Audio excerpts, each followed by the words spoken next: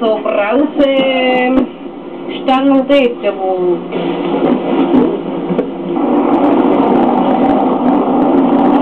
Eine Lampe. Eine Laterne. Die haben nichts. Eine Stange. Ja, das weiß auch nicht, wer es noch wird.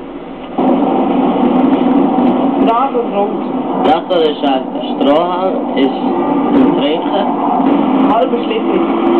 Und Es steht da immer so damit mit dem Anlehnen. das ist eine Barriere. Oh, ein Wanderfachversorgung. Das ist das Wasserspritz. Vier Dinge, vier Hebel. Hier haben wir was.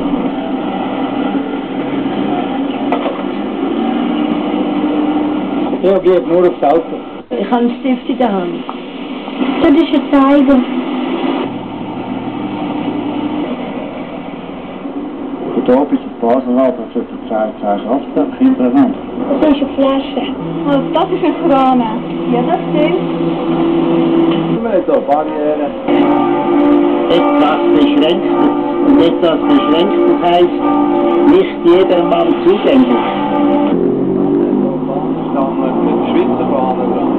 Da ist eine Flasche, ich trinke jetzt drauf. Das ist eine Flasche.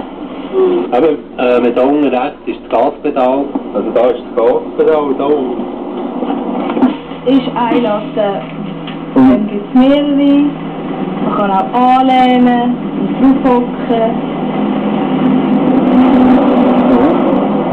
Das ist der zusammenlegbar, das geht noch lange. Das ist eine Skulptur. Das ist eine Skulptur. Das ist eine Stange. Das ist der Hammer. Das ist ein Rohr. Das ist ein Griff. Das ist eine Latte.